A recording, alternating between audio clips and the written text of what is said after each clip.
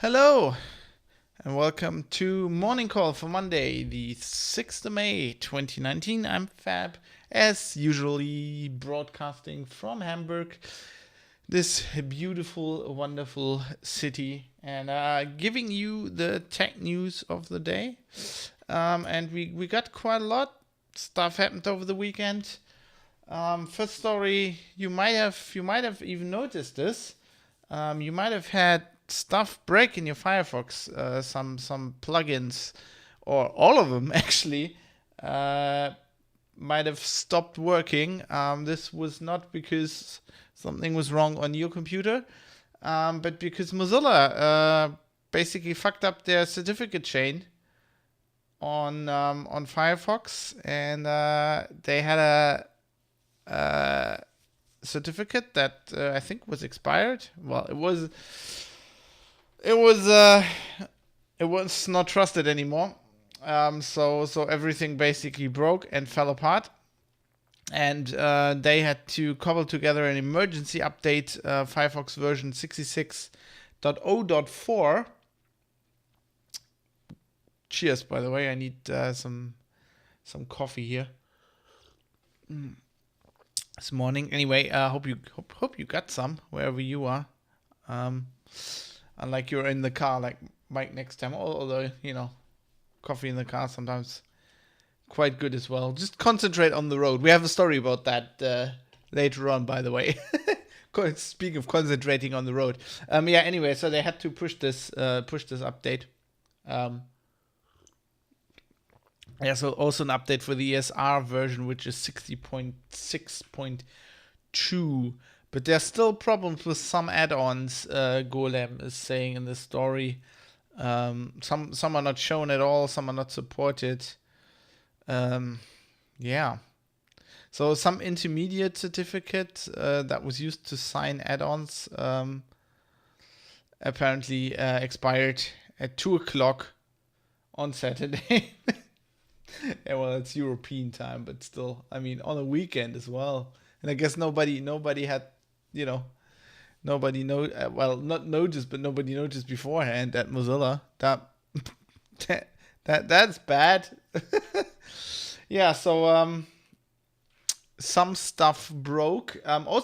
This might have had some dire consequences because the Tor browser, which is like the official browser, the Tor project's kind of promoting that you should use, because it's like using Tor with a normal browser has kind of a lot of pitfalls.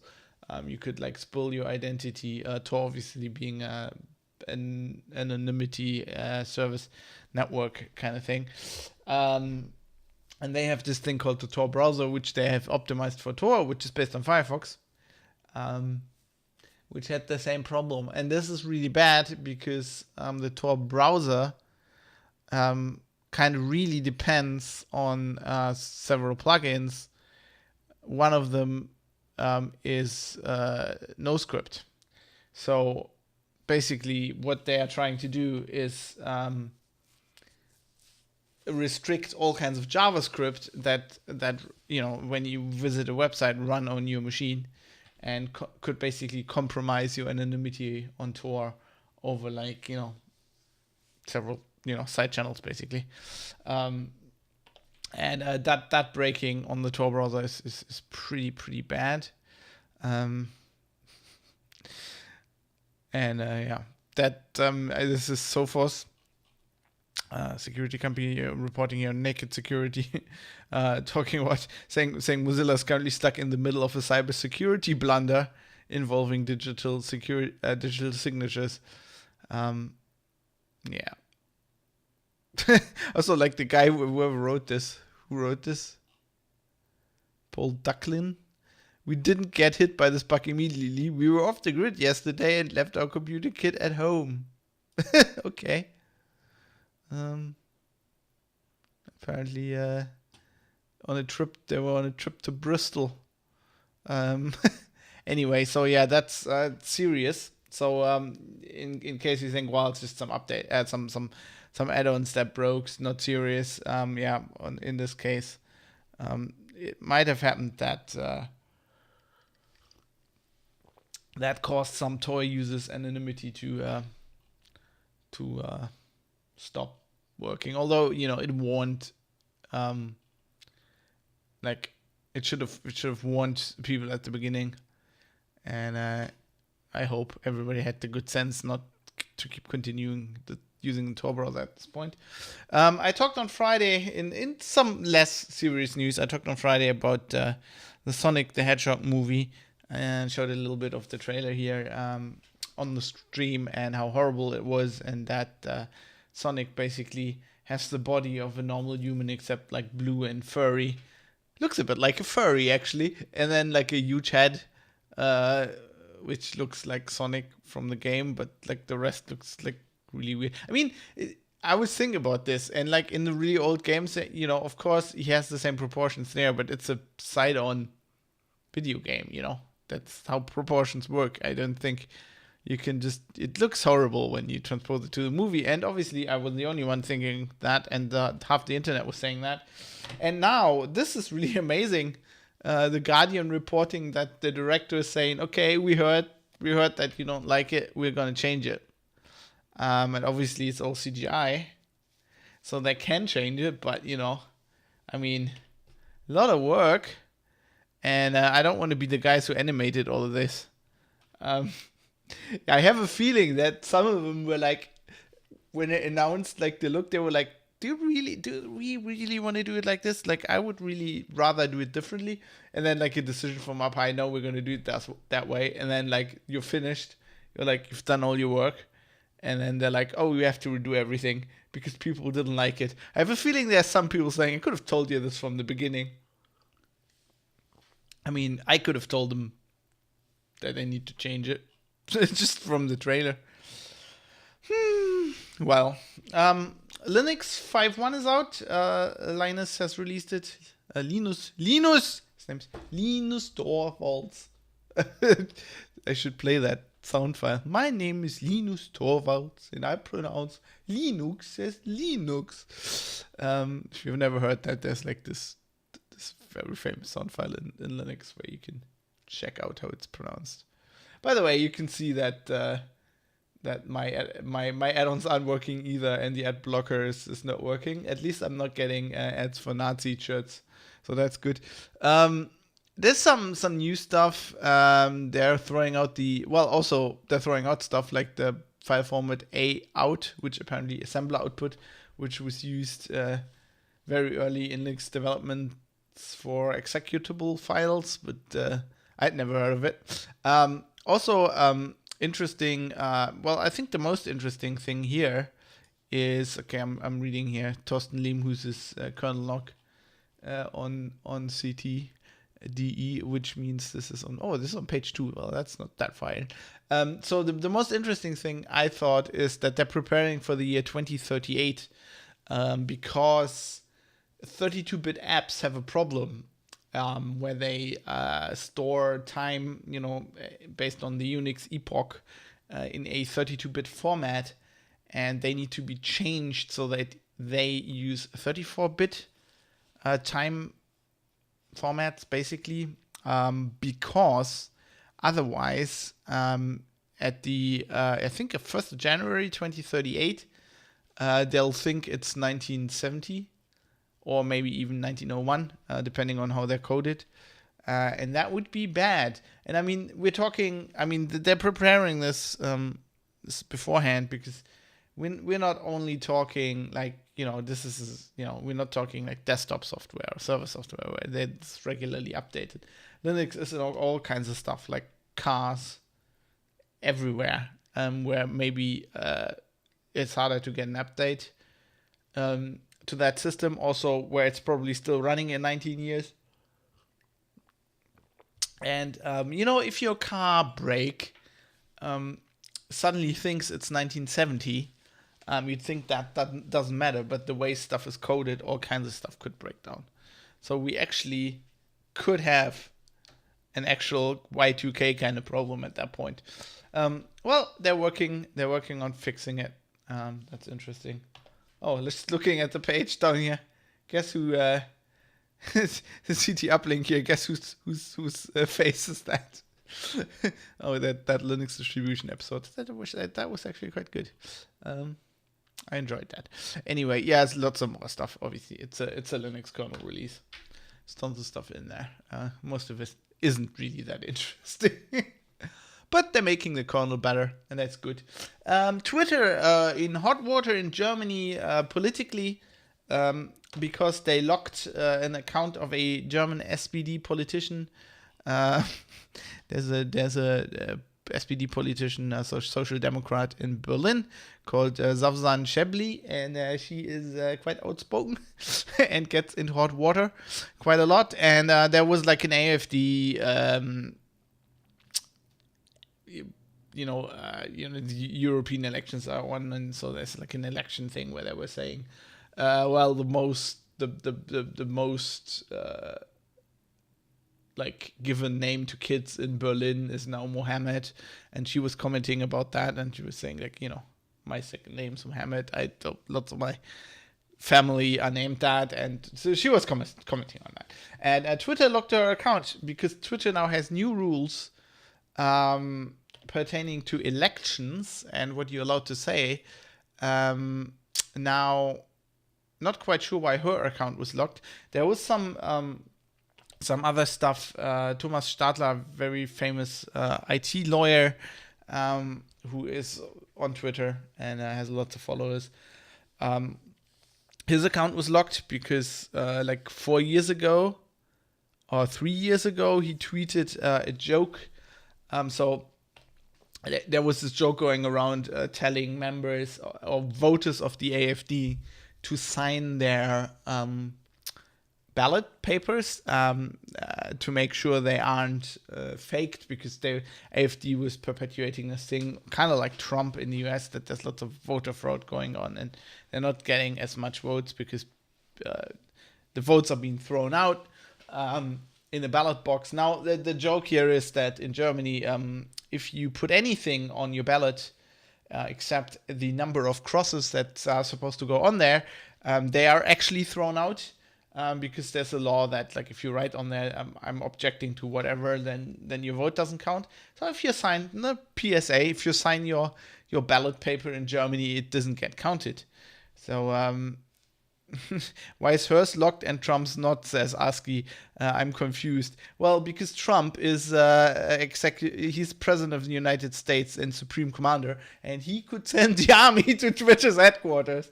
And I'm only saying this half as a joke.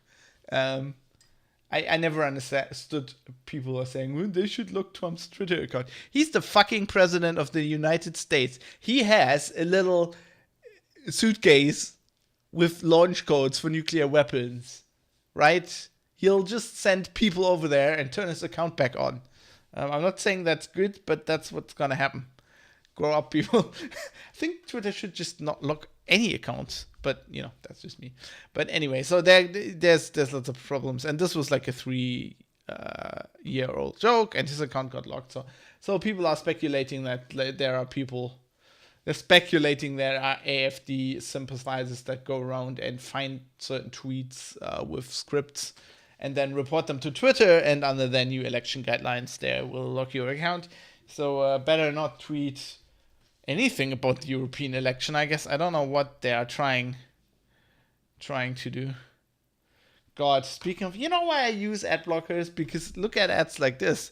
This is like an ad for some cheap ass mobile game, I guess. It says full risk, World War III. Yeah, the strategy game of 2019. Yeah, yeah. That is high risk. World War III is pretty much high risk. Yeah, shitty ads. Anyway, Trump has the power. Well, he kind of has. He does kind of have that. But also, like, this is getting serious here in Germany as well. So people are not amused by this. So our internal minister, like, oh no, actually external. Sorry, he's like the foreign minister, Heiko Maas. I don't know what it's early, people, right? I haven't had enough coffee yet. I watched very much a lot of Battlestar Galactica last night, and went to bed way too late. Anyway, he's not amused with Twitter either. So there's like German, like if the head of the foreign office tells Twitter, this is not on. Yeah, it's God, this whole election social media crap. Anyway, let's move on. There were reports, or Apple is sued basically over in the US. There's a class action lawsuit on what it's called, what they call the loop disease on the iPhone 7. It has nothing to do with Simon Stollenhawk, and there's the Loop series of books, I'm guessing. This is I can't. That's a really, really hard to read username. Zudaimonia in the chat saying political figures need to get off Twitter. No, they don't. Twitter is basically that's our social life now. I can't understand why people complain. They should just stop moderating it. If people want to say stupid things on Twitter, let them. Don't lock their account. If somebody says something illegal, don't lock their account. Tell the bloody police. Anyway, sorry. No rants on this. Let's rant about the iPhone 7. Got one right here. Apparently, so I switched to an iPhone from Apple because some from Android. I mean, because some LG Nexus devices had like soldering issues, where after 2 years they would basically fall apart because the solder points between the CPUs would kind of collapse. Now it seems like the iPhone is having that. So there's this class action lawsuit, and it's basically based on lots of people having first problems with audio not working anymore, and later the device going into a boot loop. And it seems that there is some solder points on the device that under stress, if the device gets bent or something, or just like with normal use, will fail, and then basically the audio chip will pop off. And I guess later it also affects other stuff, which is why it causes the boot loop and the loop disease. Yeah, that's not good. Can't they just fucking solder these things right? I don't get it. I want a phone that doesn't break down after 2 years. How about that? Everybody goes on about like, environmentalism and we need to save stuff, and your fucking mobile phones fall apart after 3 years. I mean, I could use this for 5 years. It's not like I need a new mobile phone every 2 years, but apparently I need to, because they fall apart, bloody things. Anyway, in my old stomping grounds in the rural area, they are founding a new institute for cybersecurity. In Bochum, the Ruhr-Uni in Bochum is already pretty much leading in Germany when it comes to IT security. There's lots of publications coming out of there. They got some good people. And the Max Planck Society, which runs these German non-profit science institutions, they are founding a new institute there. They don't have a building right now. So right now they're working out of the Ruhr-Uni. By the way, that's here on Golem on the picture. That's the university. It's famous for being one of the most ugliest universities in Germany. I looked at that when I was looking at where I'm going to study, and I choose Bonn because which was much nicer. These buildings are horrible. It's like when you're in there, you're like in a it's like being in a submarine. It's horrible, but it's well known for that. It has the highest suicide rate of any university in Germany, apparently. But they're doing good crypto and security stuff. So this institute is now supposed to, they're supposed to do like basically groundwork studies, base level science stuff, which is pretty cool. So I guess in the next few years we'll see some stuff come out of that in Germany. There is ransomware now, which apparently encrypts Git repositories, or it does something. It basically deletes it. It's not quite clear what it does. It looks like it deletes all the commits and then puts a ransomware message in there. So register reporting on this, but it's more like somebody who looked into that, who had this happen, says basically no, it doesn't delete all my commits. Like the commits seem to be all there. Like if I go into the repository and access a commit directly by its hash, I'll still get it. He says, so the guy writing about this says, so the code is there, but there's something wrong with the head. And Git revlog still shows all the commits. He looked into if like how this happened, like had hackers infected his local machine. He was like, I doubt that, and other people were saying, no, I don't think my local machine is infected. And so this apparently happened to users of Atlassian source tree. Atlassian hasn't said anything about this, but the guy quoted here in the Register article saying, what this means to me is that the attacker doesn't have the code, and there's no threat of them going over the source code for sensitive data or making the code public, which is basically what they're threatening. Also means to me that's not a targeted attack, but a random bulk attack. So it's basically maybe they found a security vulnerability in some software, and they're just probably a web client or something, and they are abusing that. Just good to know. There's some links in this Register story just in case it happens to you. Mystery Git ransomware appears to blank commits demand Bitcoin to rescue code. If you want to look that up, it's the headline.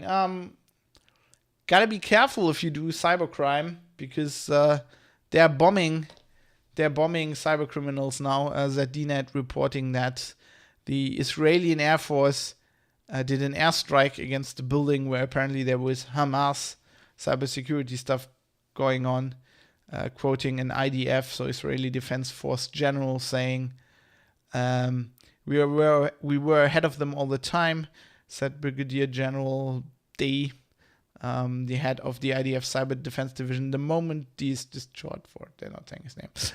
The moment they tried to do something, they failed. After dealing with the cyber dimension, the Air Force dealt with it in the physical dimension, said the IDF spokesperson, Brigadier General Ronan Manlis. And it's a video of that airstrike. So they took out 2 whole floors of this building. Or 3. Yeah, I don't know what happened to the people that like lived above them, that Hamas hacker group, because that doesn't look good. Anyway, they're now like ZDNet points out that US did a drone strike on a guy of ISIS, an ISIS member that was running their cyber operations in 2015, but this is like the first time we know of that a military went, okay, they're hacking us, no, it wasn't a hack back, it was basically bomb back for hacking. So that's interesting. But I'm gonna go out of this show with 2 more lighter stories. They're both Pornhub related. So if you're watching this at work and the speakers are on, turn off now. Drinking some coffee to give you some time to reach for the escape button. Right, that's it. Warning expired. So first, Register headline, gonna read this out. Taylor Drift. Finally, a use for AI emerges. Cybersmart films seen in Tesla with autopilot, but warns I couldn't recommend it. Model X, more like Model Triple X. So, who was this? Let's give her what's Taylor Jackson, probably not her real name. Filmed a video having sex with her boyfriend in a Tesla while they were riding along the highway, I guess in California. And looks a bit scary, but this was the most watched video on Pornhub, which is the biggest porn site, in case you didn't know. Yeah, sure you didn't know that. It's now the most searched term. She tweeted to Elon Musk, holy shit, I made Tesla the #1 search on Pornhub.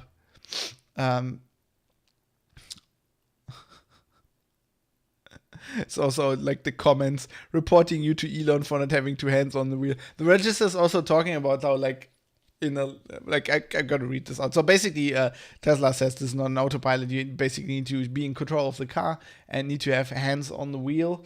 And the register here is saying autopilot at the moment requires the driver to keep their hands on the wheel while it auto steers. Though Tesla hopes eventually fill out its technology to fully hands-free. If you watch the Triple X vids, which we did in the interest of investigative journalism and data science, you see Taylor's boyfriend in the driver's seat with Taylor well on top, and while there's a lot of hand movements, there's not always a lot of hands on the wheel. I love the register.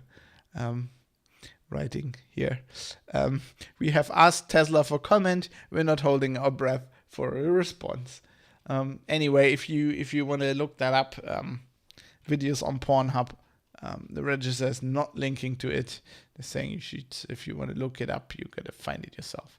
But I guess it's trending, so it can't be that hard to find. In other Pornhub news, you might know that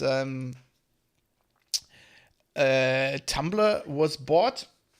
So Verizon acquired Yahoo, and pretty soon after they made Tumblr basically throw all the porn off Tumblr, which was a big selling point. And as Ars Technica reports here, Pornhub is now interested in buying Tumblr and restoring it to its glory. Writing here, Ars Technica, less than 2 years after buying Tumblr as part of its Yahoo acquisition, Verizon is reportedly trying to sell the blogging platform. Pornhub has also announced that it wants to buy Tumblr and the site's Verizon imposed porn ban. Interestingly, I was calling this, which isn't much of a achievement, that Tumblr would of course lose a lot of traffic and a lot of visitors if they thrown off porn there. Porn on Tumblr was actually quite good. There was some quite high quality stuff on there. It was mostly GIFs, which is handy because you don't have the audio track, which with most porn videos is pretty unbearable. I don't know. I think this would be good. I think Pornhub should buy them. I think this would be a good move. Maybe they're a sponsor. Maybe we're finally getting that sex robot review on stream, says Jonathan. In other Pornhub news, what happened here? Well, it seems like Pornhub is just doing a lot of stuff. I gotta tell you, they've got good PR. I'm on a lot of PR mailing lists, and Pornhub is actually one of them. I actually kind of like the register. I more than once wrote some stories and did actual research on Pornhub, which is always cracks people up if you tell them that. So that was all the news for today, all the tech news, all the Pornhub news. Maybe we'll have some more tomorrow. I will probably be back tomorrow. I want to do shows through all the week. I don't know. I might take a day off this week. I was pretty much working all weekend. I don't know yet when I can do that, and if I do, there would be a show that day. But be assured, I'll be back the next day. I won't leave you hanging for more than one day. But maybe I also can't take time off and have lots to do. Then you'll get 5 shows this week. Anyway, have a nice day. It's quite nice here. I'm gonna go out later, but before I do that, I will now turn the cameras off and do some investigative journalism on Pornhub. Until then, see you tomorrow. Have a good day.